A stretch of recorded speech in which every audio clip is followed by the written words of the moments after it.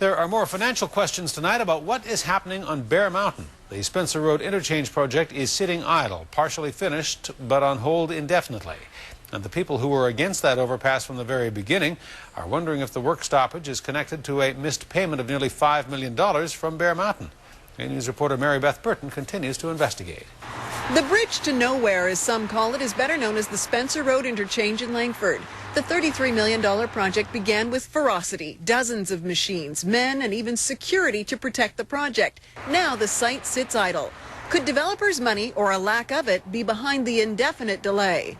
We found out that Barrie has failed to make the payment on March the 2nd for the interchange financing. He was supposed to pay $4.79 million on March the 2nd, and there's been no money paid to date, as far as I know, to the city of Langford. I don't get into the financial end. We have staff that do that, and I have never been advised that he missed the payment. City staff confirmed the money did not materialize. The city engineer says it's not a problem that Barrie was unable to pay the $5 million in March. He says that Bear Mountain has 15 years to pay back the $20 million for this project. When the March money failed to show, Langford's longtime administrator, the top civil job, also disappeared. Rob Buchan worked in Langford for 12 years. He won't say if he was fired or resigned. Some people think the timing is suspicious. He decided to leave, and it was his choice, and you know, when you have good people, they move on. Now Buchan works in the Campbell River Planning Department. Meantime, Barrie, CEO of Bear Mountain, is accused of misappropriating $20 million, according to a Victoria accounting firm that resigned after conducting an audit. An investor's representative stands behind the findings. They were very thorough. They went to multiple sources, interviews, going through financial records, and they went through with a fine-tooth comb, and what they've stated is accurate. Barrie says he diverted $5 million and paid it back. Scott By says that's not so. Bear Mountain investors, mainly current and former NHL players, including Greg Adams, may be looking to Barrie to buy them out. But there's been proposals that have been put out. Nothing's been officially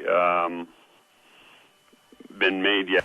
Bear Mountain sprang up in just a few years, and Barrie says when it's complete in a decade, it will be worth $2.5 billion.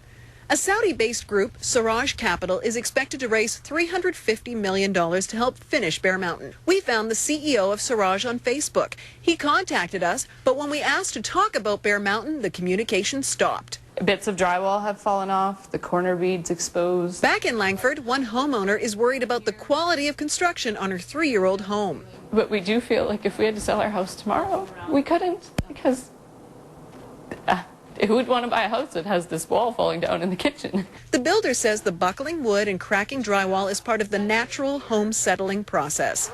As for the bridge to nowhere, construction is set to resume in the late fall with a completion date possibly spring 2011. Interchange opposers fear more troubles to come for Barrie.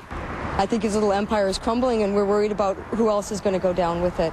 If the people of Langford are going to go down, if our taxes are going to go up, if they're trying to offload these costs onto the province and the federal taxpayers.